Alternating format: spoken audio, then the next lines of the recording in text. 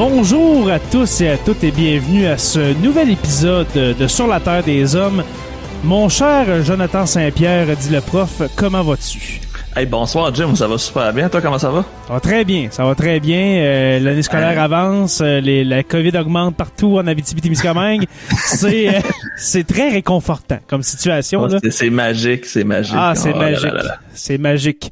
Mon cher Joe, nous recevons ce soir, aujourd'hui, Louis-Paul Willis. Louis-Paul Willis que j'ai croisé dans le temps de mes années à l'UQAT. Louis-Paul, comment vas-tu?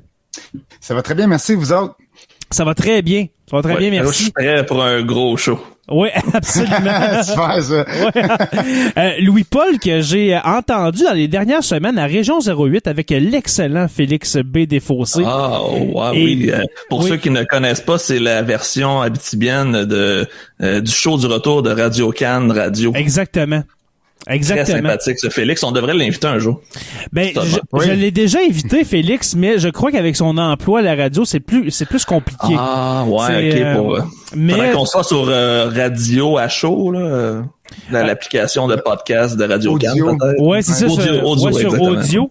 Mais on va réessayer, mon cher. On va trouver un sujet, puis on va réessayer d'attirer Félix B. Desfossés. Louis-Paul, justement, comme je disais, j'étais entendu à la radio de Radio-Canada, et puis je me suis dit, je vais essayer d'entrer en contact avec ce monsieur-là. Louis-Paul, pour ceux qui ne te connaissent pas, ben justement, tu es une autre personne qui habite en Abitibi-Témiscamingue. Alors pour ceux qui nous écoutent, on est 3 gars de l'Abitibi en ce moment. À peu près à 100 km de distance chacun. Absolument. Je crois que moi je suis à Rouyn-Noranda. Jonathan, moi aussi je suis à Rouyn-Noranda, oui.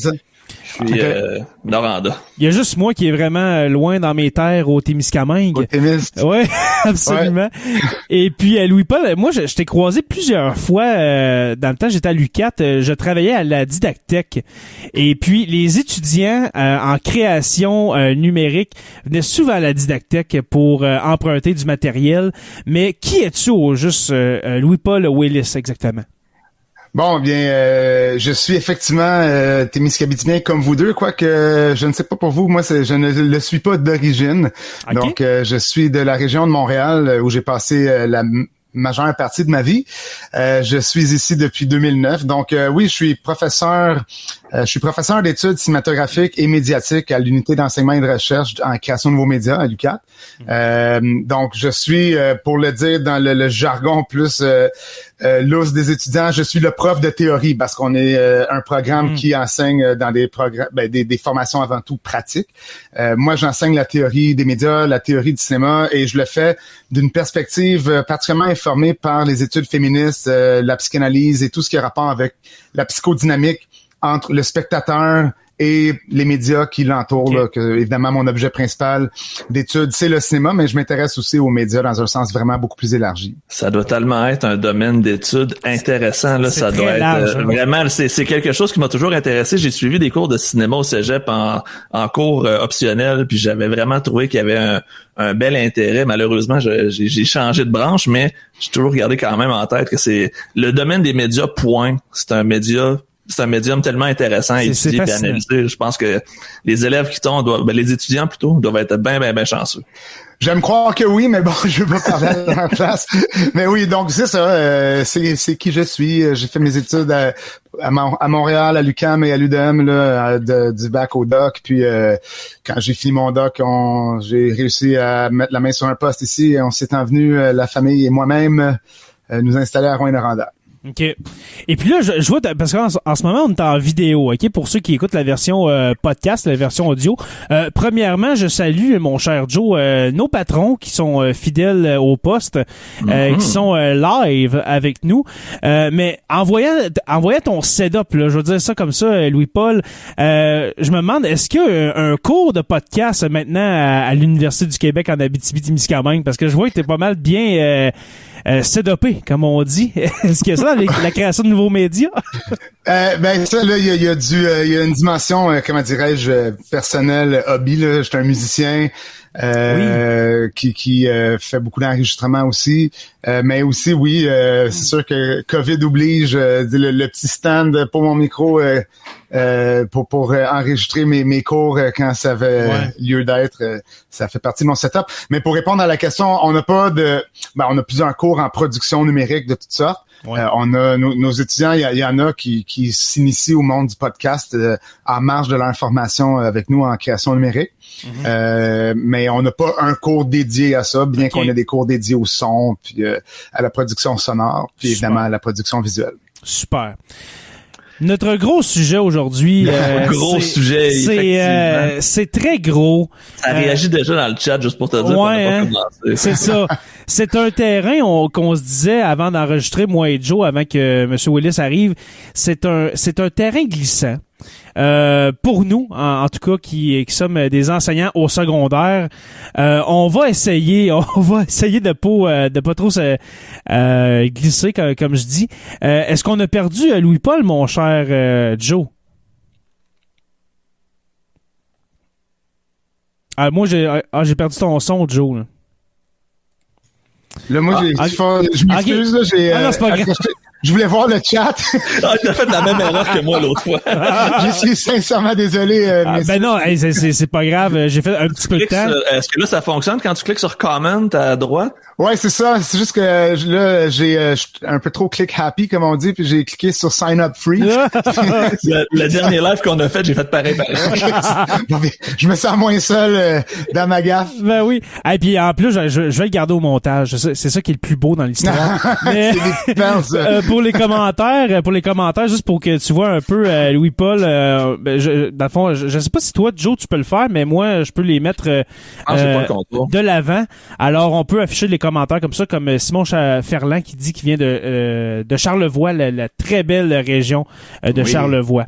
Alors, comme je disais, c'est un terrain possiblement glissant dans lequel on s'aventure, mon cher Joe, mais Louis-Paul va nous aider à ne pas comment dirais-je, trop user de nos freins ABS, si je peux dire, dans cette mieux comprendre les dessous de tout ça et à qui ça profite les espèces de scandales, on pourrait dire, de cancel culture et de wokisme. C'est vraiment ça qui m'intéresse le plus dans tout ça. Alors, c'est le gros sujet. C'est, comme tu viens de dire, la cancel culture et puis le wokisme, et que moi, personnellement, j'ai lu là-dessus. Et puis, j'ai de la misère, Louis-Paul, à faire la différence. Mais premièrement, je pense qu'on va commencer avec ça. La plus grosse différence qu'il y a entre la cancel culture et puis le wokisme, quelle est-elle au juste? Bien, en fait, l'un est un peu l'effet de l'autre. Pas directement, mais les deux font, c'est maillé, c'est serré. La cancel culture, grosso modo, c'est dans le fond un phénomène qui est apparu sur les radars quand même assez récemment. Ouais. Dans le fond, c'est une forme contemporaine et je dirais même une forme socio-numérique d'ostracisme. C'est-à-dire que quelqu'un ou quelque chose, parce que bon, ça peut être une statue, ça peut être un événement, bon, ça peut être quelque chose. Ouais, exactement. Mais quelqu'un ou quelque chose va être évacué de la sphère sociale, culturelle ou même professionnelle en raison d'un comportement X ou d'un passé ou d'un événement ou de quelque chose de répréhensible, grosso modo. Est-ce que tu as une idée à peu près c'était quoi le premier événement qui a commencé cette vague de cancel culture-là, on pourrait dire? Ça c'est une super bonne question. Honnêtement, je vais tout de suite répondre tout en nuance en disant que je pourrais pas donner la réponse. Ouais, non, c'est sûr. Mais c'est parce que bon, ici au Québec, on en parle beaucoup depuis peut-être, je sais pas, 5 ans, peut-être, c'est difficile à dire. Bon, mais il y a eu des événements marquants. Tu sais, je pense par exemple au spectacle Slave, qui a été le spectacle monté là, mis en scène par Robert Lepage, qui s'est fait taxer d'appropriation culturelle, qui a été annulé. Ça a soulevé tout un tollé. Évidemment, l'affaire, c'est que souvent, puis ça on pourrait y revenir plus tard, j'imagine, mais le problème avec la cancel culture, c'est que souvent il y a un fondement assez noble, tu sais, dans la réflexion, mais des fois évidemment ça peut déraper et évidemment c'est souvent récupéré par les discours médiatiques plus réactionnaires qui vont dire ça y est, on peut plus rien dire comme on a tu vas nommer du monde ici. Richard Martineau. Et voilà. Oui.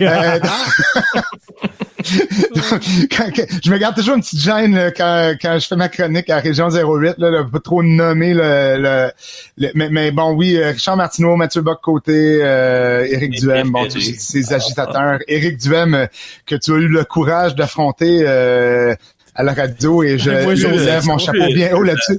Une sacrée expérience avec du recul. Là, je me suis pas assez préparé. J'aurais dû être encore plus à l'attaque, mais je me suis réécouté quelques fois en me disant au moins j'ai pas eu l'air fou. C'est lui qui s'est auto-flagellé dans le fond avec son comportement.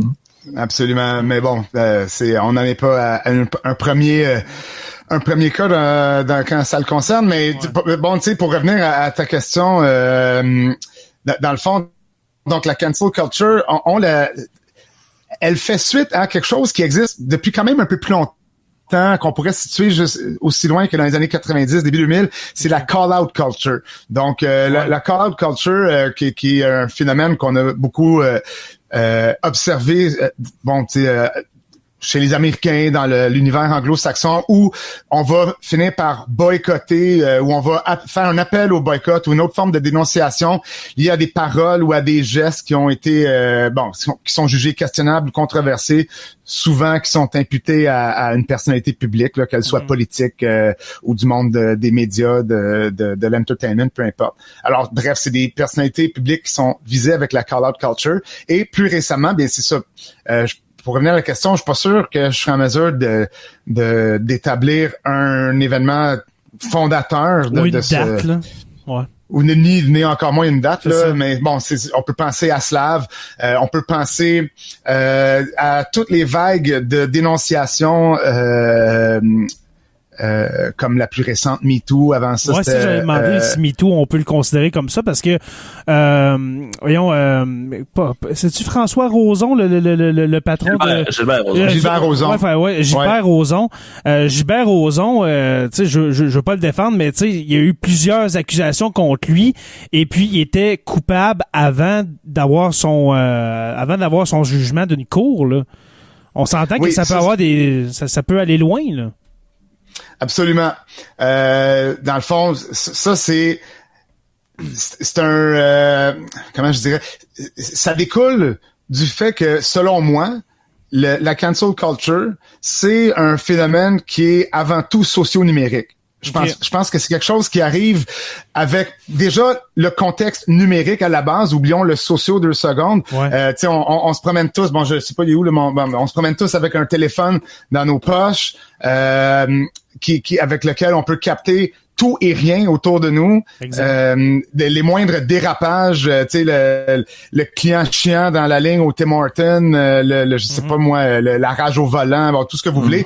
Les premiers, on peut situer les premiers cas plus connus de ce genre de on pourrait dire de la surveillance. Ouais. C'est le fameux événement entourant le Rodney King aux États-Unis, quand la police avait tabassé cet Africain-Américain en banlieue de Los Angeles. Même en 94. 90, ouais, c'est ça.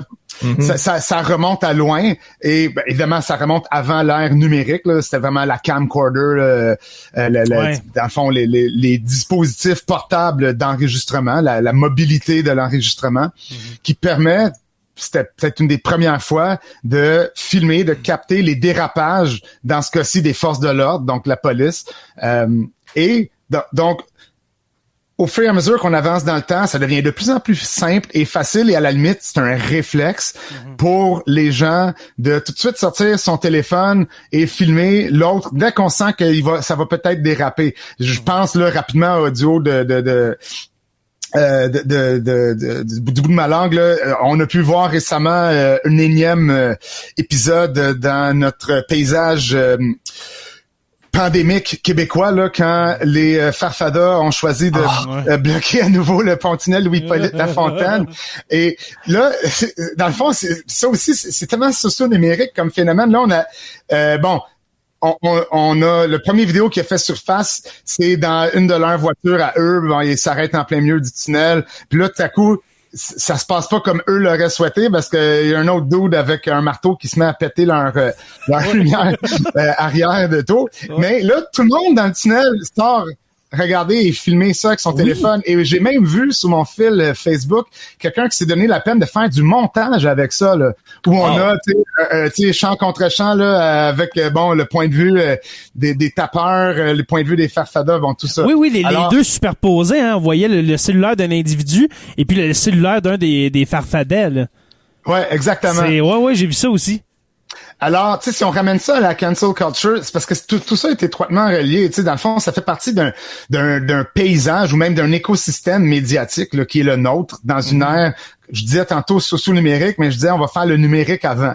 Donc, au niveau numérique, c'est il y a une démocratisation de l'accès à filmer, à enregistrer, à faire un paquet d'affaires. Tu sais, on parlait tantôt on est équipé, je fais de la musique, bon, peu importe. Je veux dire, je peux enregistrer de la musique avec une qualité sonore qui pour reproduire ça dans les années 60, il a fallu que je m'équipe pour 200 000 $ d'équipement. Là, aujourd'hui, quelques centaines, quelques milliers de dollars et le tour est joué. N'importe qui a un iPhone peut enregistrer un album. Là. Et voilà, quand l'iPhone 4 est sorti, là, on recule, là, 2010-2011, il y avait un saut quand même assez majeur en avant dans la qualité. Si ma mémoire est bonne, c'était le premier iPhone à tourner des images en 1080p, donc ce qu'on appelle la Full HD. Là. La 4G, dans le fond, si on peut dire. Là. Le 4G, qui est la bande passante, là, mais la caméra elle-même, elle filmait en pleine HD, donc une résolution de 1080 pixels de haut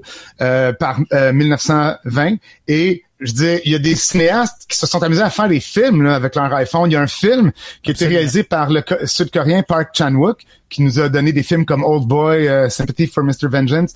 Peut-être que vous connaissez ou pas, mais bref, lui, à un moment donné, l'iPhone 4 est sorti, il a fait « Hey, moi, je vais faire un film avec un iPhone », alors que ces autres films se réalisaient avec des caméras et des tables de montage là, qui coûtent une fortune. Là. Alors bref, tout ça pour dire que oui, tout le monde peut s'équiper dans cet écosystème numérique pour produire du contenu. Et bien entendu, si on se trouve dans dans une situation sociale donnée où, je sais pas, moi, pensons au printemps 2012, ici au Québec, pensons, bon, tu sais, tout ce qui se passe en ce moment, les manifestations en lien avec les mesures sanitaires, tout ça, il y a un paquet de contenu qui peut se produire instantanément par cet accès numérique.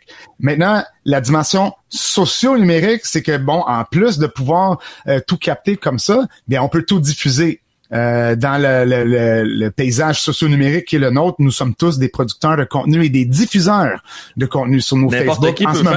N'importe qui peut faire un bulletin de nouvelles en direct puis diffuser. Il y a des milliers de personnes. On n'a plus besoin de travailler pour TVA, Radio-Can ou peu importe. Non, et ça vient avec tout un autre lot de problématiques qui sont pas au menu pour aujourd'hui, mais le rapport à la vérité, aux faits. Ça pourrait être un autre sujet pour un autre podcast. C'est ça, j'allais dire, ce serait très intéressant peut-être, Louis-Paul, si tu aimes ton expérience sur la Terre des Hommes, de venir parler un jour de ça, cette mouvance, si on peut dire, de médias alternatifs, des gens qui vont plus vers les médias alternatifs que vers les médias dits traditionnels. Là, ça serait vraiment intéressant parce que moi, je remarque, puis corrige-moi si je me trompe, Louis-Paul, mais depuis le début de la pandémie, ça s'est accentué, ça, là, le déplacement des masses vers les médias alternatifs et puis contre vers, si je peux dire, la contre-information, si je peux dire. Ouais. Là, mais... Moi, je me suis intéressé à ça dès 2012, justement, parce que le rapport, bon, tu sais, avec le printemps érable, là, la crise étudiante, notre rapport au Québec, là, si on regarde vraiment notre écosystème médiatique au Québec, il y a eu une érosion assez solide dans cette année-là de le rapport de la masse avec les médias plus... La confiance envers les journalistes aussi. Absolument. Ben oui, parce que je sais pas si on prend cette fameuse marche, la grosse marche là qui avait réuni je sais pas combien de centaines de milliers d'étudiants dans les rues de Montréal. T'étais là, ouais, mais c'est ça, moi j'aurais bien aimé y être. Le devoir m'appelait ici même à Rouen, là, mais j'ai fait la marche de Rouen. Bref, on était beaucoup moins. Mais les unes des journaux, c'était quelque chose de super fascinant là, parce que tu sais, dans le devoir, si ma mémoire est bonne, mais ça je les ai dans mes dossiers là. Dans le devoir, on titrait là 200 000 étudiants ou 200 000 dans les rues, peu importe. Ouais. Dans la presse, c'était 100 000. Puis dans le Journal de Montréal, le titre, c'était « Les étudiants perdent des appuis ». Alors, tu sais, je veux dire...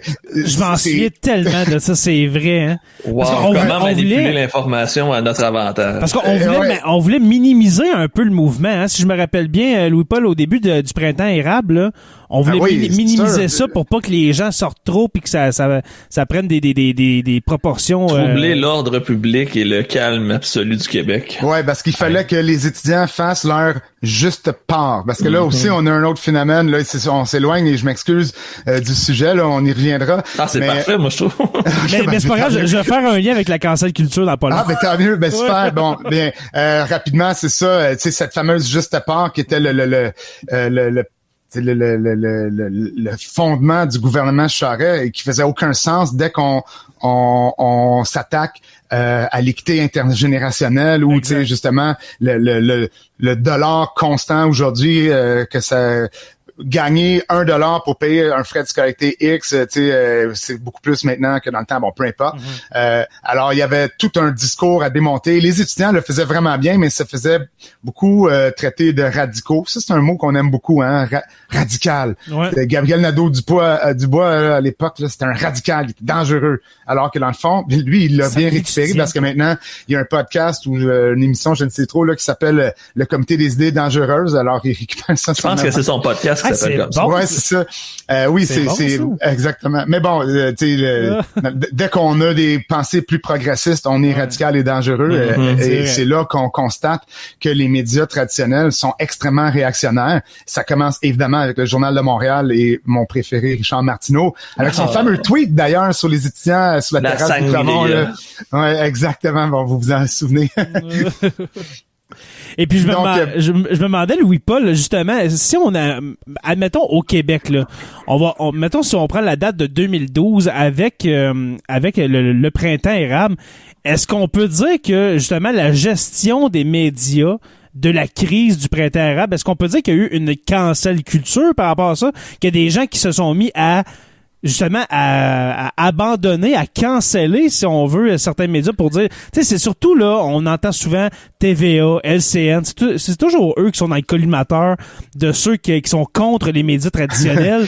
Est-ce que c'est une forme, est-ce que j'ai bien compris, est-ce que c'est une forme de ça, c'est quelque chose qui me fascine. On s'en prend aux médias les plus réactionnaires. Les réactionnaires s'en prennent aux médias les plus réactionnaires. Ça, c'est quelque chose de vraiment fascinant. Dans le fond, selon moi, ça traduit juste le fait que c'est les médias les plus lus. Alors, il y a personne qui pense s'attaquer à des médias plus progressistes, comme, je sais pas moi, Ricochet, le HuffPost, bon, tu sais, des médias, bon, là, vous me direz qu'ils font pas partie de l'écosystème des médias traditionnels, mais même la presse ou Radio-Canada sont pas dans le collimateur de ces réactionnaires-là. C'est coupe le câble, là, puis TVA, puis... C'est vrai. C'est de toute beauté. mais pour revenir à ta question, je crois que je pense pas qu'on peut encore parler de cancel culture dans la mesure où il y a personne qui s'est fait retirer son droit de parole, si on peut le dire ainsi, ou son droit de rayonnement dans la sphère publique. Là. Il y a personne qui est disparu à cause de ça. Non, c'est vrai.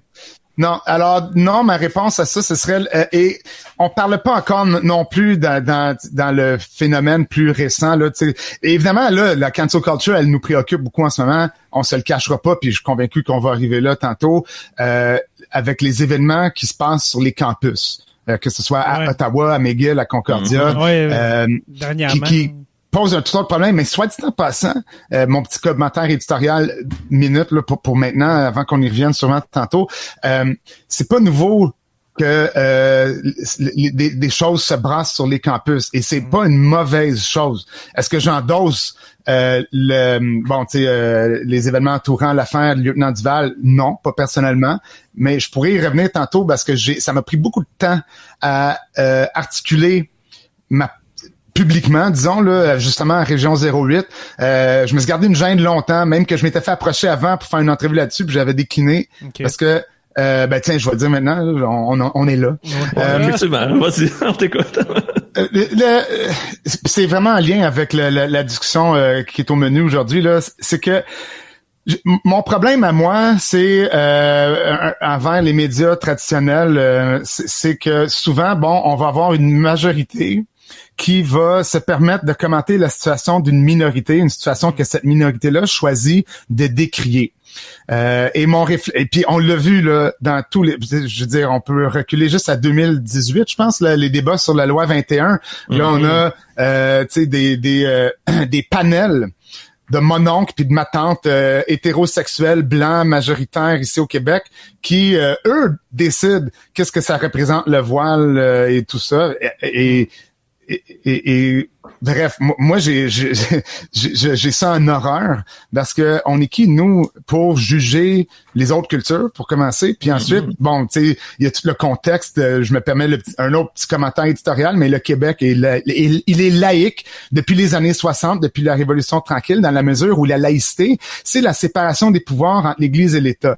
On est laïque, ça fait longtemps. Alors, c'est pas une loi sur la laïcité qui a été adoptée sous bâillon, soit dit en passant, mais c'est une loi qui, certains pourraient dire, là, mon opinion là-dessus est plus, tu le disais au début, qu'on marche un peu sur des œufs. Moi, je trouve que c'est une loi qui enchâsse une certaine forme de discrimination.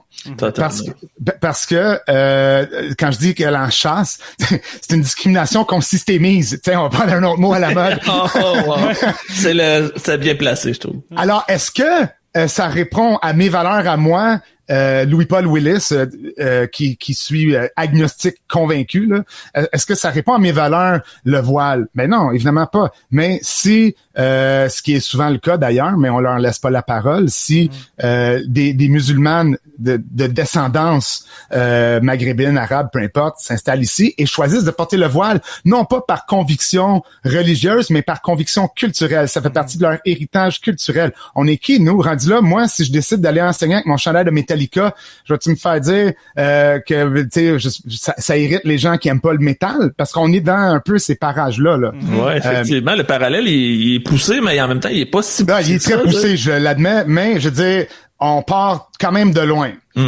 Mais bref, tout ça pour dire que quand l'affaire Lieutenant Duval a éclaté cet automne, j'étais extrêmement embêté. Parce que, justement, on est en plein dans la cancel culture, évidemment, dans la mesure où la minute qu'une étudiante, il me semble que c'est une étudiante qui avait entamé la dénonciation de cette professeure-là pour son usage du mot haine dans un cours, immédiatement, la direction de l'université a raboué sa professeure, ce qui, je trouve, pose un problème majeur. Mais évidemment, je me taisais un peu à l'époque, parce que je me disais, on laisse passer la parole aux minorités.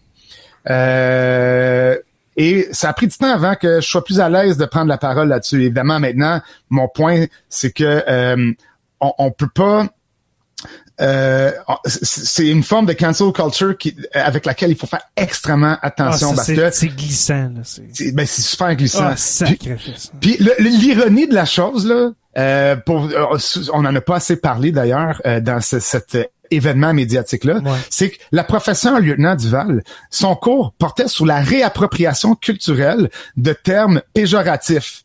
Donc, le mot haine, tel qu'il est récupéré par les communautés minorisées, là, un peu comme le mot en F avec les homosexuels, dans le fond, du côté anglophone, on se valorise avec ce qui nous servait d'insulte avant. Oui. Et ça, c'est extrêmement émancipatoire. Alors, d'en parler dans un cours universitaire et de prononcer le mot, moi, personnellement, j'aurais peut-être choisi de parler du mot en haine plutôt que de le prononcer, mais il reste que je vois pas comment, mais c'est là où j'ai un problème à articuler ce que je vais dire parce que j'ai la position du majoritaire ici, le blanc, de l'homme blanc, exactement. Blablabla. Ouais. Et ça, évidemment, il faut en être conscient. Alors, c'est sûr que ça me pose un problème de dire ce que je vais dire, mais il reste que mon opinion, elle est là, puis je suis un professeur à l'université.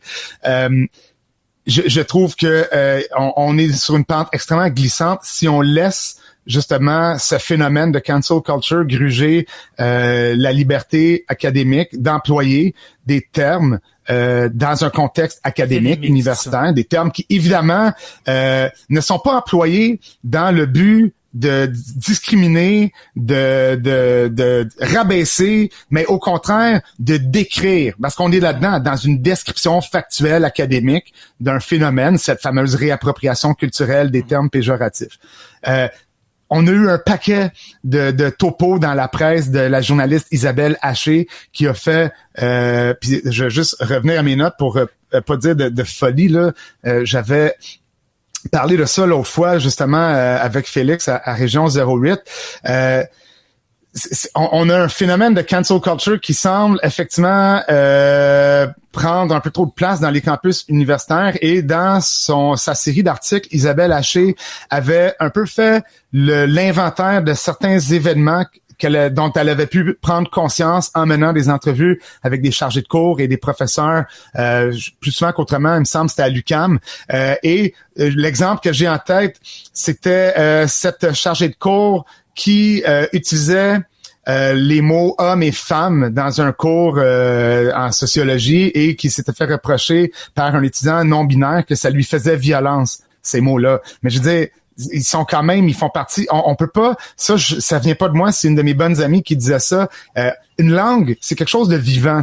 On peut pas canceller une langue. C'est ça.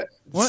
Il y a un problème avec ça. Et ce même étudiant-là s'était réinscrit dans un autre cours de la même chargée de cours à l'UQAM en sociologie, si ma mémoire est bonne. Le cours s'intitulait Homosexualité et société.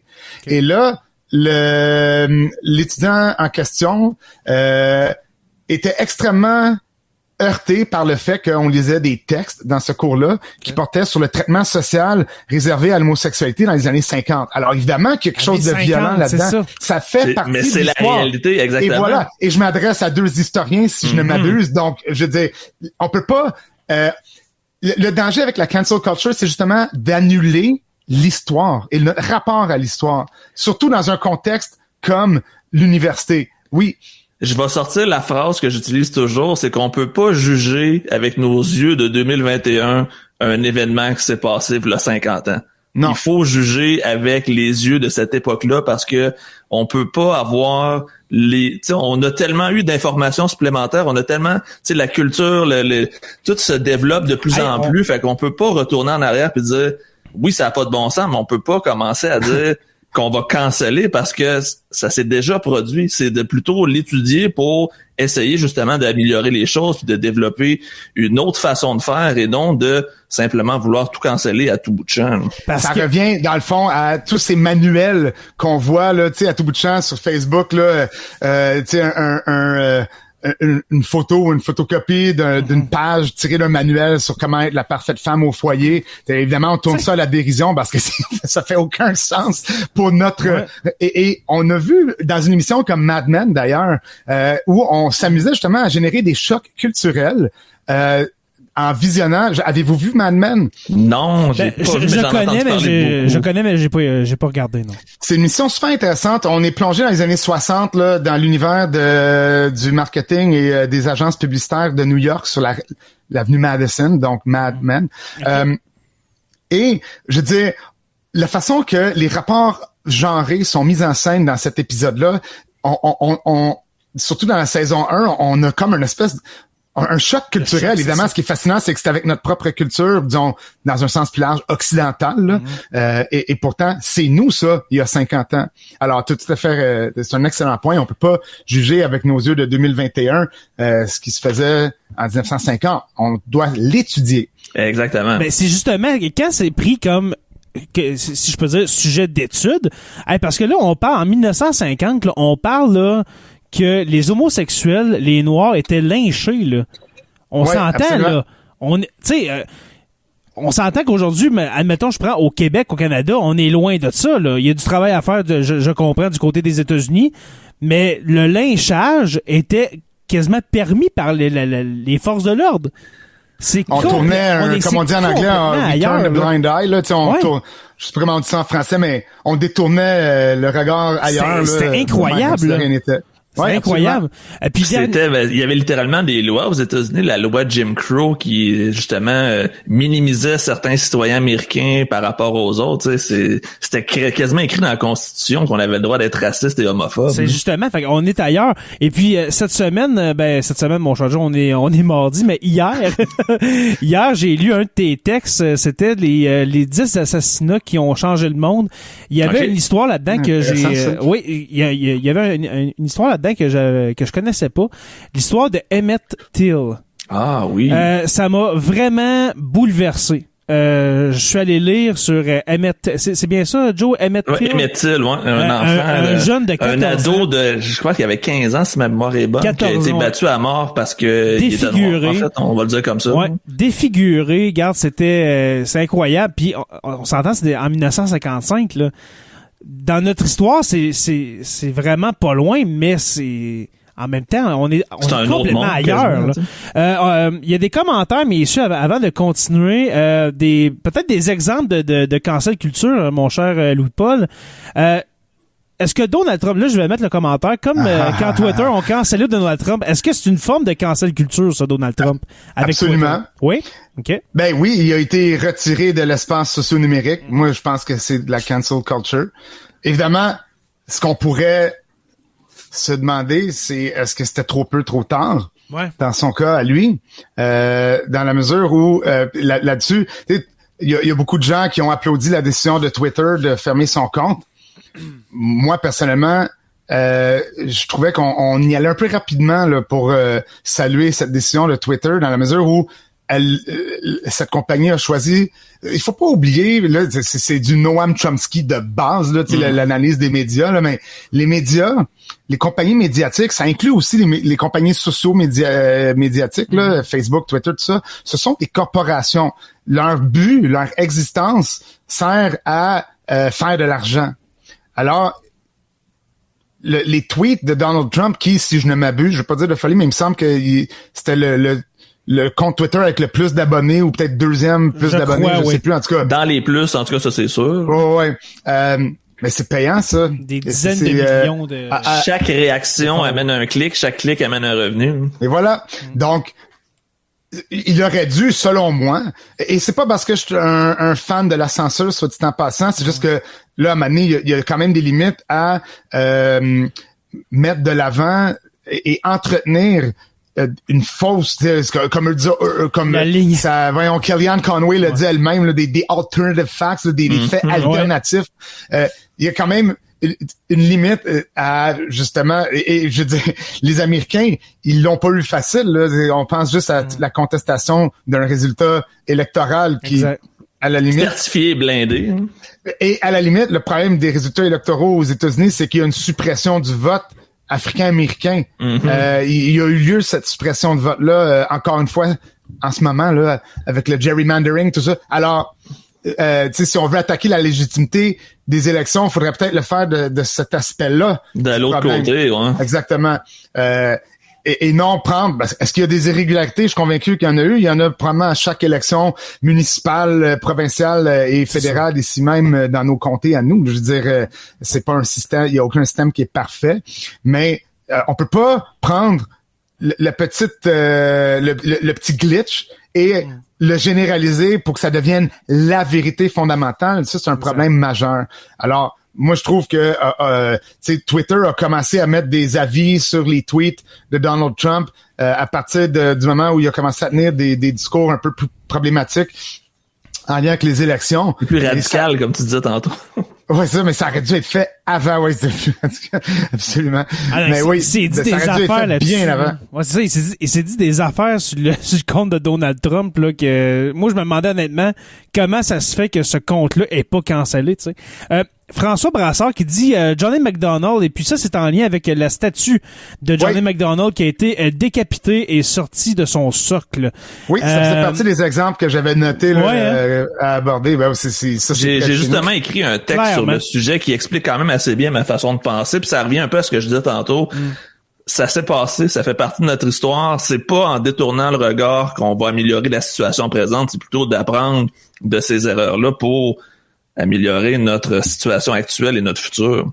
Exactement. Je pense que moi je suis foncièrement d'accord. Je pense que la cancel culture, ça revient un peu à ce que je disais tantôt, c'est souvent le fait d'une minorité qui n'a pas d'autres moyens de s'exprimer. Tantôt, on parlait des vagues de dénonciation et du fait que souvent, il y a un procès dans l'opinion publique qui est tenu avant même qu'un procès en bonne et due forme ait pu avoir lieu et toute la présomption d'innocence en prend pour son rhume, on va se le dire, et c'est un élément fondamental de notre système de droit, cette présomption d'innocence-là. Alors, il y a un problème et j'ai eu plein de discussions avec ma conjointe là-dessus au fil des vagues de dénonciation, parce qu'il y a quelque chose, je parle évidemment des vagues de dénonciation d'agression sexuelle, il y a quelque chose de problématique, mais en même temps de nécessaire, parce que c'est pas notre système de justice ni notre système pénal qui me fait la preuve d'être très très dissuasif en lien avec les crimes de nature sexuelle. On va se le dire là, il y a une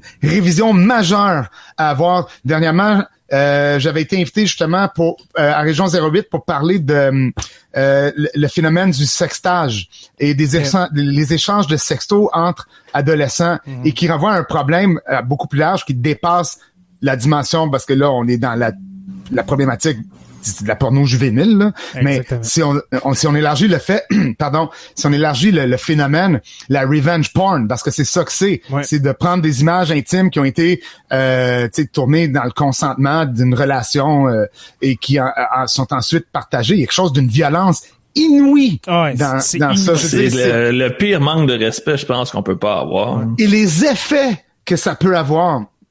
On l'a vu beaucoup dernièrement, justement, avec l'affaire Pornhub, justement, là, où, justement, il y avait des...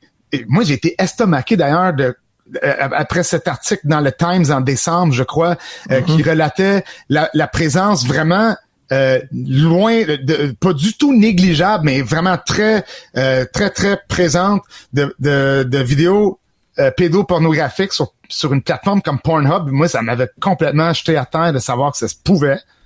Et évidemment, ces vidéos-là, ce sont toujours, et dans un sens plus large, ça s'applique aux adultes aussi, justement, des vidéos de ce fameux phénomène qu'on nomme revenge porn. Alors, quand on prend une minorité, là ici on parle, par exemple, des femmes qui ont été victimes d'une forme ou d'une autre d'agression. Quelles autres options ont-elles que de dénoncer par le biais, ça fait partie de ce que je disais tantôt, ce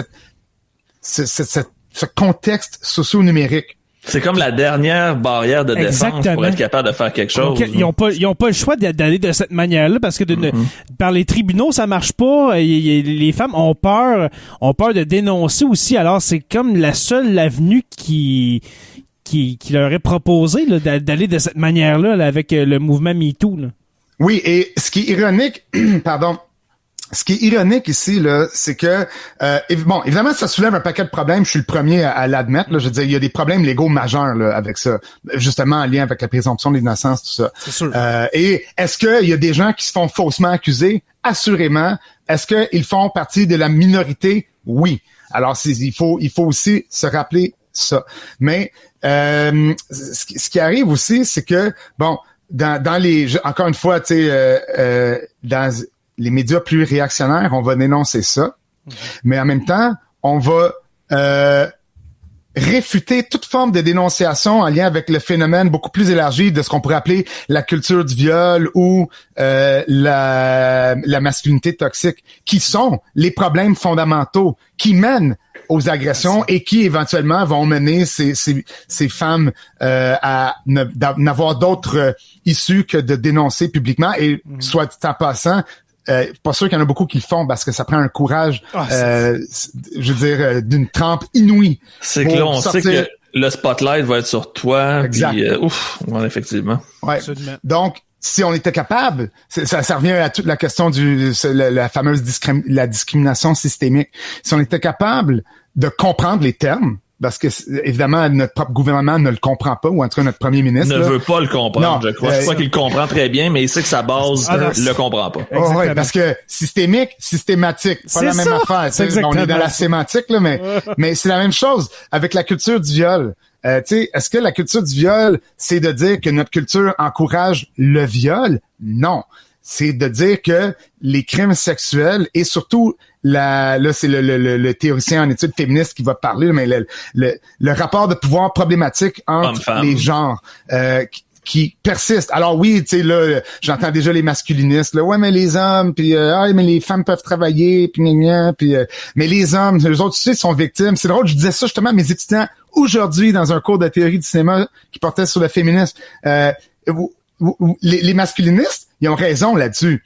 Il y a des hommes aussi, tu sais, qui souffrent, tu sais. Mais le problème, c'est que les hommes, leur souffrance, elle est aussi reliée au phénomène de masculinité toxique. Alors, si on était foutus d'apprendre à nos jeunes,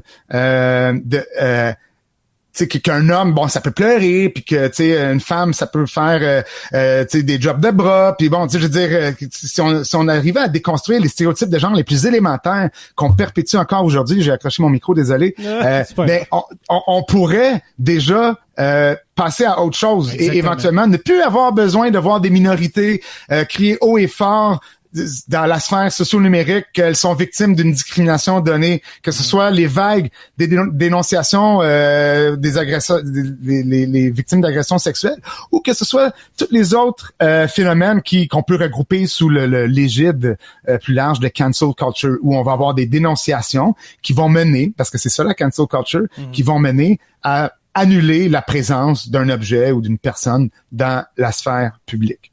Très intéressant. Très intéressant. Vraiment, on a frappé le gros lot pour vous expliquer un sujet aussi glissant, je crois. Ouais. Mais moi, je viens de voir que le titre est réapparu, puis là, on n'a pas parlé de wokisme. Je crois que ça vaudrait la peine de terminer avec ça, je pense. Mais avant toute chose, Simon Ferland a peut-être trouvé l'origine de la cancel culture. Est-ce que Jésus est le premier, la première manifestation de cancel culture de l'humanité? Oh wow! Un peu violent comme cancel culture, mais ouais. Wow! Alors c'était une blague. Mais je vois aussi, tu sais, j'ai les commentaires devant moi, tu sais, bon, la statue de McDonald's, tu sais que la statue c'est une forme de mise en valeur. Puis je pense que c'est important ça, avant de juste d'aller dans le wokisme, de dire que oui, tu sais, je suis d'accord et je suis entièrement derrière votre intervention sur l'importance de l'histoire, et peut-être que il s'agit de non pas de détruire, par exemple, la statue de Johnny McDonald ou du général Lee dans le sud des États-Unis, mais peut-être qu'elles n'ont plus besoin d'être sur leur socle de gloire dans la défense publique. Peut mettre ailleurs. Là. Dans un musée. Exactement. Avec une mise en contexte, une explication, puis justement une leçon d'histoire pour comprendre pourquoi il en est rendu à être caché dans le fond d'un musée.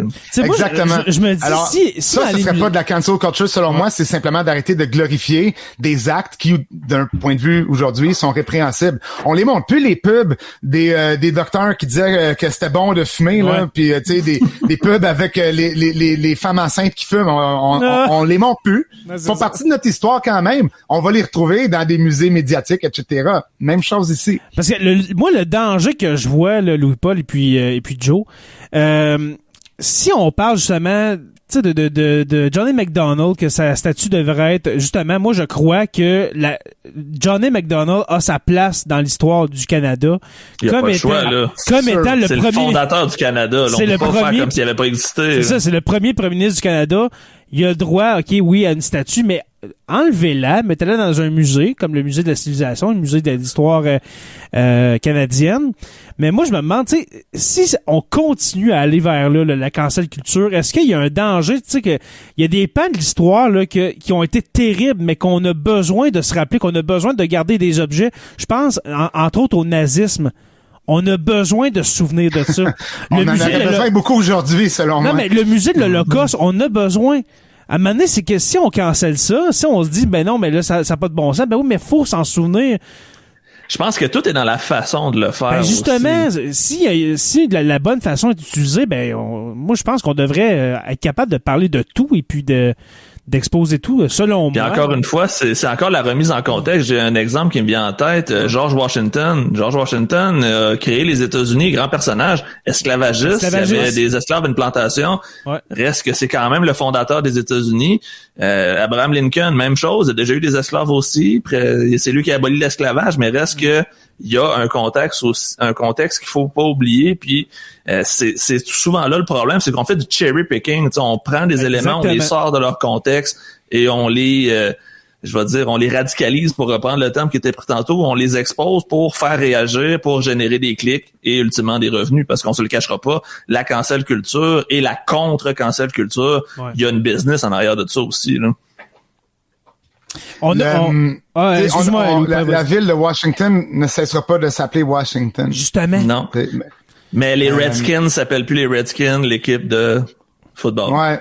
Ouais, ça c'est un autre excellent exemple de cancel culture. Ouais. Je suis pas assez renseigné sur la question. Là, j'ai vu passer les titres sur mon fil d'actualité, mais je suis pas allé tout lire.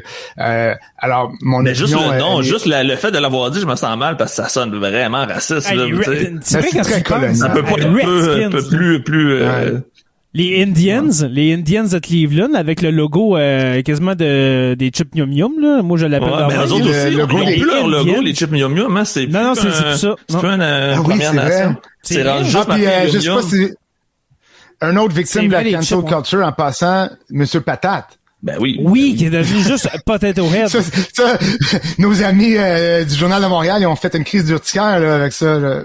Mais ce Potato Head qui est devenu juste Potato Head. Oui, mais c'était une petite parenthèse, je me suis permis, désolé, on a changé de sujet. Mais je me suis rappelé un truc dans vous écoutant parler de Washington et de Lincoln. Un autre épisode de cancel culture, mais on l'appelait pas ainsi à l'époque, c'était aux États-Unis en 2003, à peu près, j'imagine, quand les Français n'ont pas suivi les Américains dans l'invasion irakienne pour cette fameuse chasse aux armes de destruction massive qui n'existait pas. Et il y a eu un sentiment ou plutôt un ressentiment envers les Français très fort aux États-Unis. Je me souviens d'avoir vu dans le journal une pancarte là, plantée devant une propriété aux États-Unis où ça disait, tu sais, support our troops or move to France or Quebec, là, tu sais, ça ressemblait à ça. C'était rigolo. Mais pendant un certain temps, et je suis pas mal sûr que c'est pas un phénomène transnational, mais dans certains endroits, on a arrêté de vendre des French fries, les frites, c'est pas les Liberty Fries. Ouais. Alors, on dit, ça en est un exemple là, de cancel culture où quelque chose fait pas notre affaire, on le désavoue, puis on l'efface en quelque sorte. Exactement. C'est ça le cancel culture. On a une question dans le fond, une réaction de Mathieu Tremblay qui dit, mais dans le cas de McDonald's, une statue, c'est une forme de mise en valeur, un honneur.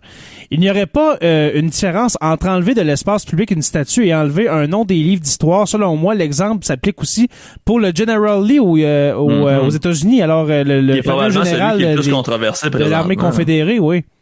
Parce que le General Lee a été, on peut dire qu'il a été cancellé justement là. Mais il y a eu le même sort que la statue de McDonald's, là, il me semble. Il a pas été coulé dans le fond d'une rivière justement, quelque chose comme ça. C'est encore plus violent, hardcore ça. Ouais, j'avais oublié ce détail. Ça, c'est une problématique. Je veux dire, oui, il faut qu'il reste dans les livres d'histoire, ça on le sait. Est-ce qu'il faut détruire la statue ou juste la déplacer pour qu'elle n'occupe plus une place dans la... C'est ça? Dans un musée, j'avoue... Messieurs les historiens, j'imagine que vous avez une opinion peut-être plus nuancée et formée que la mienne. Pour l'histoire des États-Unis, j'aime mieux pas me prononcer parce que c'est pas mon champ d'expertise, mais pour Johnny McDonald, c'est sûr que sa statue peut pas être détruite, mais elle mérite pas d'être sur un piédestal. Je pense qu'on est d'accord là-dessus. Une autre question qui nous est demandée, c'est est-ce que Johnny McDonald devrait être sur les billets de banque? Moi, personnellement, on va donner notre avis, là, puis les gens dans le chat, donnez votre avis aussi. Est-ce qu'on devrait enlever Johnny McDonald du 10$? Moi, personnellement, je l'enlèverais. Moi aussi. Je crois qu'il y a sa place dans les livres d'histoire, il y a sa place comme une statue dans un musée, mais je crois que comment je pourrais dire ça, le plus beau geste qu'on devrait faire pour atténuer, si je peux dire, l'histoire de Johnny McDonald, c'est de l'enlever de nos billets de banque. Il y a je pense qu'on a tellement de Canadiens qui mériteraient plus que lui d'être sur un billet de banque. Justement, on avait mis Viola Desmond, qui était l'équivalent de Rosa Parks au Canada, vrai, justement sur le billet de 10$, mais je comprends pas pourquoi ils en ont juste fait une édition limitée. Enlevez McDonald tout court, puis mettez quelqu'un justement, qui a fait un peu l'inverse que ce qu'on lui reproche, qui a été capable d'amener un progressisme, un changement pour avoir justement une société canadienne plus égalitaire. Il y a tellement de grands personnages canadiens, puis là, pas juste en politique, tu sais. Genre Terry Fox, tout le monde est d'accord avec Terry Fox. C'est vrai de ça que... Mais la reine... Oh. Ah, la reine, c'est ça. Oh. Moi, là, moi, c'est sûr que je la cancelle, la reine. La reine, là, moi, sérieusement. Moi aussi, elle représente un colonialisme incroyable. Ouais, non, c'est ça. Moi, là, moi, sérieusement, là, les pièces de monnaie, là, avec la face de la reine, je mettrais le portrait de billet de Wayne Gretzky. Hein, ce serait bon. Ou l'unanimité partout au Canada, c'est clair. Ouais, moi je pense qu'on devrait faire ça. Le portrait de Wayne Gretzky en arrière du 2 piastres, ça serait super. Puis Céline Dion l'autre bord. Céline Dion.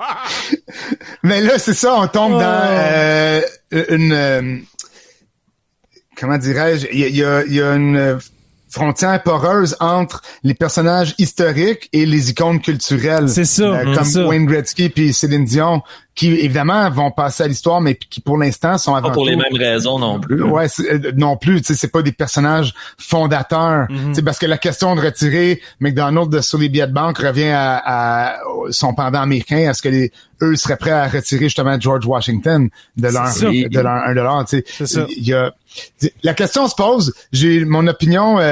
J'ai pas du tout de misère à me rallier à la vôtre, autrement que le fait que j'ai à peu près jamais d'argent comptant sur moi. Ouais, c'est vrai, ça paraît vraiment bien. Dans le fond, les timbres, hein, il y a les timbres. C'est ça, il y a des portraits de, je crois, des timbres de Wayne Gretzky, alors je vais me rabattre là-dessus. Pour terminer, Louis-Paul, la différence entre la cancel culture et le wokisme. Oui. On n'a pas vraiment parlé, mais est-ce que c'est relié un peu, tant qu'à moi, ceux qui sont, mettons, le wokisme et puis la cancel culture? Oui, moi je suis d'avis que ces deux phénomènes qui tu sais, tantôt je disais qu'ils sont dans un rapport de cause à effet, mais c'est pas tout à fait ça. Mais disons que les deux évoluent de façon parallèle. Dans le fond, le wokisme, bon, vraiment le wokisme, le mot wokisme, à ma connaissance, c'est un néologiste qu'on doit à Mathieu Bock-Côté, là. Je pense. Ouais, c'est ça. Ouais. Le phénomène à lui-même, c'est le phénomène du fait d'être woke, qui est un terme qui, avant tout, désigne une forme de conscience éveillée face à des enjeux qui sont liés à la justice sociale, la justice raciale, la justice sexuelle, genrée, peu importe. Environnementale aussi. Absolument. Donc, dans le fond, le terme, bon, vous le savez sans doute, là, ben, il est dérivé du verbe to wake, donc de s'éveiller. C'est woke, c'est le verbe to wake, mais conjugué au passé. Donc, ça provient. Je suis éveillé. Un participe passé, non? Ouais, mais si on le dit, si je suis éveillé, pardon, je déparle. Si je voulais dire en anglais, je suis éveillé, je dirais I'm awake. Ah ouais. Okay, alors, I woke, c'est au passé. I woke up this morning, blablabla. Alors, il y a ici c'est une forme de on pourrait dire plutôt vernaculaire de mal parler qui vient de certains environnements sociaux aux États-Unis liés justement à des communautés racisées qui se disent éveillées face à le sentiment d'injustice qui les habite et dans le fond qui détermine un peu leur existence. Alors dans le fond, on pourrait tisser des liens entre le phénomène des woke et les fameux SJW, là, les Social Justice Warriors. À ma connaissance, j'ai l'impression que ça désigne un peu la même chose. Mais là, c'est ça. Ça, c'est ce que c'est le phénomène woke. Maintenant, il y a ce qu'on en fait dans nos médias. Puis évidemment, là, je vais vraiment pointer Mathieu Bock-Côté, qui est comme hyper actif. Il a l'air d'être bien stressé par ce phénomène-là. C'est Xavier Camus. Il est bien islamo-gauchisme aussi. Ah ouais. Oh my God. Ouais, d'ailleurs, mes commentaires seraient sûrement taxés d'islamo-gauchisme tantôt là, sur la loi 21, mais bon, je l'assume, même si je n'ai absolument rien d'islamiste, je vais assumer le côté plus gauche de la chose, disons. Mais qu'est-ce que je voulais dire? Ah oui, c'est ça, c'est Xavier Camus notait comment Mathieu Bock-Côté avait produit, je pense, comme 30 chroniques sur les woke dans la dernière 15 mois peut-être, un peu plus qu'un an. Il est stressé, le beau Mathieu, là. Mais il est surtout très intelligent. Hein. Alors, moi, j'ai énormément de respect pour l'intelligence de ce gars-là.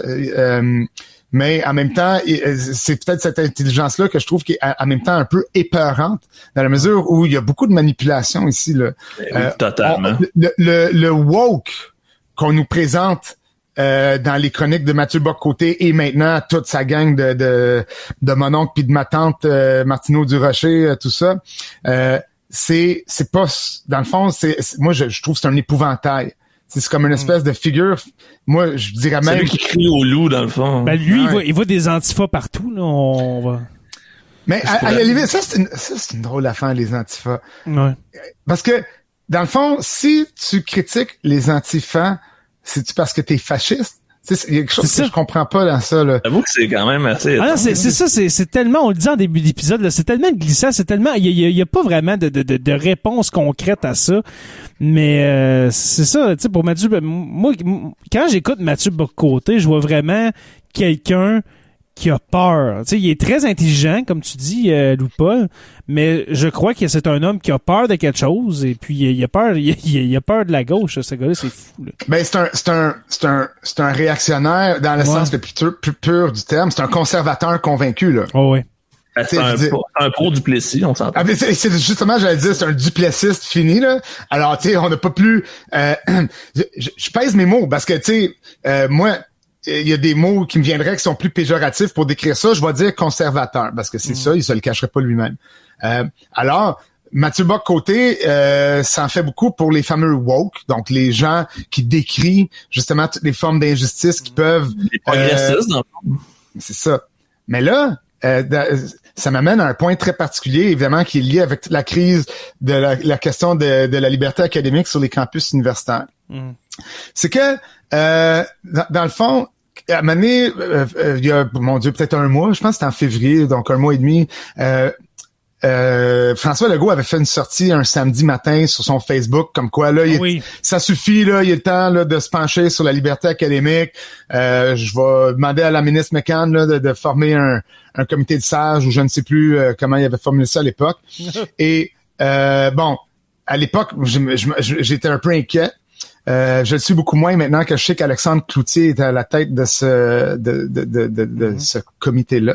Mais toujours est-il que Mathieu Bock-Côté, il en fallait pas plus pour qu'il s'emporte en disant oui, c'est ça que ça prend parce que là la gauche, nos campus sont gangrénés par la gauche. L'université n'est pas un endroit idéologique. Je ne fais aucun enseignement idéologique dans mes cours et pourtant je dis, la matière que j'enseigne s'y prête très bien. Tout ce que je fais par contre, ça se qualifierait de progressiste. Et évidemment que ça, dans le fond, ce qui dérange les réactionnaires de ce monde, les conservateurs, avec l'université en tant qu'institution dans le tissu social, c'est que le rôle de l'université, c'est de faire progresser le savoir et de le transmettre. C'est ça le rôle de l'université. Mais qui dit progression, avancement du savoir, ben il dit progressisme. Alors changement. Et voilà. Alors c'est sûr que d'un point de vue réactionnaire, c'est pas super. On n'aime pas ça parce que justement. Mais l'université pourra jamais être réactionnaire. Elle est toujours tournée vers l'avant, vers le développement de nouveaux savoirs, sa transmission, la formation des futurs savants. Bon, c'est ça que ça sent à l'université. Mais les étudiants qui vont à l'université, eux peuvent être réactionnaires soit de gauche ou de droite. Mais l'enseignement, il est neutre. Il est neutre, là. Tu sais, pas pareil comme au secondaire, comme au primaire, peu importe. Moi, je me suis permis de pas être neutre ici parce que bon, tu sais, mais là, dans podcast, c'est un autre contexte, justement. C'est un autre contexte, mais dans mes cours, jamais je prendrais des positions politiques. Le meilleur exemple que je peux donner, je vais te laisser. Non, ok, excuse. Mais donc, je vais pas prendre une position politique ou encore moins imposer une position politique idéologique aux étudiants qui se trouvent devant moi. Par ailleurs, ce qui arrive beaucoup sur les campus, surtout dans le domaine des arts, des lettres, des sciences sociales, c'est que ces étudiants-là vont se retrouver avec des outils pour développer leur propre pensée critique et développer leur propre position idéologique. Et en général, quand on possède cette pensée critique-là, ça va arriver qu'on va l'appliquer à une idéologie plus à droite, mais je dois dire que en tout cas, c'est très biaisé ce que je vais dire, mais c'est plus rare que c'est une pensée conservatrice qui va découler de cet accès et de cette capacité d'utiliser la pensée critique. Parce que la pensée critique est axée sur une pensée, dans le fond, progressiste, pas au sens gauche. Et oui, et voilà. Alors, c'est pas dire que le progressisme est à gauche. L'université n'est pas à gauche non plus, mais l'université est progressiste parce qu'elle vise le développement et l'avancement du savoir. Exactement. On veut pas faire le statu quo. On veut avancer, on veut évoluer, on veut avoir un changement. Puis dans le fond, je voulais juste donner un exemple. Justement, on parlait tantôt de neutralité. Je pense que dans mes débuts en enseignement, j'ai donné un cours d'histoire de secondaire 4 sur l'indépendance du Québec, le mouvement souverainiste et compagnie. Et je voulais pas, avoir l'air d'être quelqu'un qui est soit fédéraliste ou souverainiste. Et à la fin de ce cours-là, j'ai eu 2 parents qui m'ont appelé. Un parent pour me dire que j'étais trop souverainiste et un parent qui m'a appelé pour dire que j'étais trop fédéraliste. Donc, j'avais réussi mon objectif. Ça veut dire que j'ai été le plus neutre possible et que c'est le jeune, dans le fond, qui, avec ce que j'ai dit, s'est fait sa propre idée sur ce que lui pensait qui était le mieux. Fait que c'est aussi ça, là, c'est de montrer que je pense pas que c'est de taire ces sujets-là qui vont s'améliorer. Non, mais c'est ça. Mais moi, j'adore cette anecdote-là parce que ça dit tout. Exactement. Et ça montre la nuance. C'est ça qui... Et c'est peut-être... Il y en a de moins en moins de la nuance présentement. Hein? Non, puis je vois un des commentaires qui dit peut-être qu'il faut canceller Mathieu Bock-Côté. Moi, il m'a cancellé, il m'a bloqué sur toutes mes plateformes. Ah, pour vrai? Ouais, je peux plus y parler maintenant. Ça aussi, c'est de la cancel culture, soit dit en passant. Et c'est de faire la sourde oreille. Et malheureusement, c'est un discours un peu simpliste que je tiens parfois, mais je le trouve quand même très vrai. C'est qu'on se retrouve dans une situation de plus en plus irréconciliable. Parce qu'on est vraiment, tu sais, c'est 2 solitudes. Il y a 2 solitudes, tu sais, ou bien, tu sais, et chacune de ces 2 solitudes se considère comme le bon côté de la force, là, puis l'autre côté, c'est le côté obscur. Mais il y a plus de dialogue, parce qu'on se bloque. Alors moi, je trouve ça, c'est abject. Comment, moi, tu sais, moi, je ne like aucune page. Je devrais peut-être, parce que je vais toujours les lire en tapant manuellement. On dirait que je veux pas faire partie des stats. Alors moi, Richard Martineau, je le lis quasiment quotidiennement, mais je like pas sa page. Il y en a pas de question. Tu participes pas à ce que l'algorithme fasse qu'on le voit plus aussi en même temps en faisant ça. Hein? Probablement, mais je tape plus, par exemple. Mais tu sais, je vois souvent, tu sais, par exemple, Mathieu Bock-Côté, Éric Duhem, Richard Martineau, plein de gens vraiment progressistes, comme Judith Lucier et tout ça, sont dans leur liste d'amis. Pis ça, je me dis, à quelque part, c'est important, ça. Alors, si ce monde-là se bloque, bien, on a un problème. Parce surtout que quand on crie à la censure sur toutes les plateformes et qu'on bloque à répétition. Ah, ça, j'avais fait une note d'en parler, là. Notre discussion nous y a pas mené jusqu'à maintenant. Le professeur Attaran à l'Université d'Ottawa. C'est là que je voulais aller, moi aussi, là, pour terminer.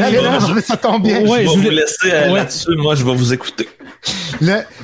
Évidemment, en fait, moi, la réflexion que j'ai j'ai lu cette chronique-là un matin et je me suis dit, c'est exactement ce que je pense. J'aurais pas pu le formuler mieux. C'est, encore une fois, Isabelle Haché, si je me trompe pas, qui avait écrit ça dans la presse. Elle dit, bon, on va se dire, en partant, là, ces propos sont abjects et ils sont d'une généralisation c'est fou, excessive. Là. Ouais. Est-ce qu'il y a un problème de racisme au Québec? Moi, je suis de ceux qui crient que absolument. Il est systémique aussi. Bon, ça fait pas plaisir à tout le monde. Je pense qu'on s'entend là-dessus. Ouais, absolument. Mais par ailleurs, est-ce que je veux dire, les conneries, parce qu'on va les appeler ainsi, là, que ce professeur-là a déblatéré. Puis c'est pas un professeur dans le domaine non plus, tu sais, des médias ou un prof de droit. Ah ouais, ok, je pensais même que c'était comme un prof de chimie ou quelque chose. Il enseigne la faculté de droit, si je me trompe. Ben, si c'est un prof de droit, par ailleurs, on est quand même dans les sciences humaines. Moi, je trouve que c'est problématique, son discours. Mais bon, bref, toujours est-il que c'est drôle comment... c'est mon seul commentaire, parce que sinon, tout ce qu'il dit, ce gars-là, c'est abject. C'est une grossière généralisation, surgénéralisation même. Est-ce qu'il y a un fond de vérité? Est-ce qu'il y a des problématiques au Québec? Oui, mais soit dit en passant, en Ontario aussi. Là. C'est moi, quand j'ai grandi une partie de ma vie avant de déménager à Montréal, mon père venait d'Ottawa, donc j'ai fait souvent la navette avec une plaque ou bien du Québec ou bien de l'Ontario à Toronto, Ottawa et Montréal. Alors, quand tu as ta plaque de l'Ontario à Montréal ou quand tu as ta plaque du Québec à Toronto, je veux dire, le traitement qui t'est réservé, il est pas mal similaire d'un bord ou de l'autre de la 401 puis de la 20. Là. Fait que Tout ça pour dire que on n'est pas pire, on n'est pas mieux, mais on a un problème. Mais ce qui, moi, m'a fasciné avec toute la réaction d'urticaire face au tweet du professeur Attaran, c'est tout ce monde-là, il y a 3 semaines, nous criait sur la liberté académique. Comme Paul Saint-Pierre Plamondon, qui était, en tout cas, moi, je l'écoutais, tout le monde en parle, là, c'est... Moi, je l'ai lu, sa sortie à Plamondon, là, puis je m'excuse, mais c'est de l'hypocrisie totale. Ouais. On peut, et je serai le premier à le faire, trouver complètement abject le discours du professeur Attaran. Ah, parce que c'est complètement abject qu'est-ce qui a été dit, là. Pour ceux qui savent pas, là, il a été dit que le Québec, c'est l'Alabama du Nord, que on était justement... Consanguins, racistes, que tout le monde était raciste. C'est grave, là, mais de là à condamner, puis, tu sais, pas d'avoir la démission, mais tu sais, en même temps, gars, c'est un professeur, puis c'était vraiment maladroit, puis c'est vraiment dégueulasse ce qui a été dit. Mais comme t'as dit, Louis-Paul, ces gens-là, il y a 1 mois, ça criait au loup pour la liberté académique, tout ça, puis là, vu que ça nous touche nous, là, c'est pas correct. Ouais, c'est ça. Et c'est là où je trouve dommage de voir un Paul Saint-Pierre Plamondon, tu sais, on parle quand même du parti de René Lévesque. On est très loin du parti de René Lévesque. On n'est plus là, on n'est plus du tout. Tu sais, dès la minute où on a tourné à droite vers les politiques identitaires, on a délaissé, selon moi. Tu savais que Mathieu Bock-Côté soufflait dans l'oreille de M. Plamondon? Oui, ça explique une bonne partie du changement du discours parce que il a changé à 180 degrés justement parce que on a compris c'était qui son ghostwriter. mais là, on a des indignations à géométrie variable. C'est ça qui arrive. Exactement. Et ça marche pas. Si on veut militer pour quelque chose, peu importe où on se situe sur le spectre idéologique, à gauche, à droite, au centre, si je suis à droite, là, puis tu sais, là, les campus sont trop à gauche, puis là, la censure, ça suffit, ben, si l'autre me blaste, pas moi, mais bon, tu sais, ma nation, ben, je peux m'indigner, je peux même répondre, je peux pas crier à sa censure, ça marche pas. C'est un non-sens total, c'est un discours qui ne tient aucunement la route, et que tant qu'à moi, tous ces tenants-là de la censure d'Attaran s'auto-discréditent automatiquement. C'est ça. Alors, tant qu'à moi, on devrait même plus les écouter quand il s'agit de liberté académique. Absolument. On devrait juste lui, Attaran, le laisser dire ce qu'il veut puis pas l'écouter. Si on lui donne pas l'attention qu'il cherche, parce qu'on s'entend, c'est de l'attention qu'il cherche. Puis là, il a son attention, fait qu'il va continuer à feed the troll puis à donner du jus, du gaz. Mais si personne n'avait porté attention puis qu'il avait juste l'air d'un espèce de marginal perdu raciste, ben il aurait eu l'air de ça puis on aurait passé à autre chose. Mais l'affaire, c'est qu'Attaran, oui, il veut de l'attention, mais je crois que Paul Saint-Pierre Plamondon en veut aussi. Ah ben oui. On s'entend. Il essaie d'avoir il essaie d'avoir des forces parce que son parti est à l'agonie présentement. Ben oui, regarde, sérieusement, aux prochaines élections, là, c'est en 2022, ça approche, là. Ah, ouais. Le PQ risque de disparaître, là. On s'entend, on en parle depuis quelques élections, mais là, c'est vrai. Le PQ risque de complètement disparaître de la carte électorale. Fait que lui, là, il veut être dans la TV. Il veut être au TV, il veut se faire voir. Opinion sur tout, là. Exactement. Parler en mal ou en bien, mais parler de moi, là. Absolument. Ouais. Alors, on salue monsieur, devrais-je dire, Paul Saint-Pierre Plamondon, et on vous invite à Sur la Terre des Hommes si jamais vous avez une réponse à ça. Louis-Paul Willis, merci beaucoup d'avoir participé à Sur la Terre des Hommes. C'est très apprécié. Merci à vous. Et puis j'espère qu'un jour, peut-être, tu reviendras. Écoutez, un plaisir, faites-moi signe.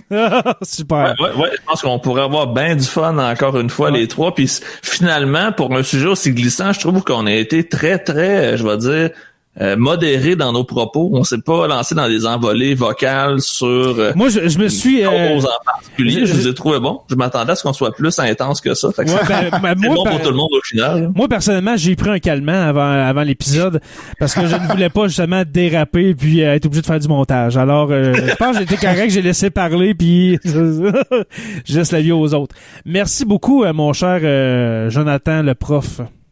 Toujours un plaisir, Jay. Yes. Alors, merci aux patrons qui étaient là pendant l'enregistrement. Merci à tous ceux qui nous écoutent, les abonnés.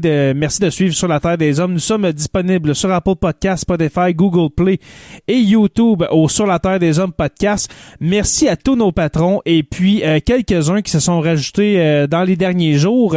Je vous rappelle que nous enregistrons encore, on est le 30 mars, mais cet épisode va sortir au mois d'avril, même voire mai, mais on va le donner au patron. Et puis à Louis-Paul, s'il veut le réécouter. Merci beaucoup. Ouais, merci aux nouveaux patrons, Pierre-Luc Charette, François Mercier, et puis je crois que c'est tout pour les nouveaux patrons qui se sont rajoutés.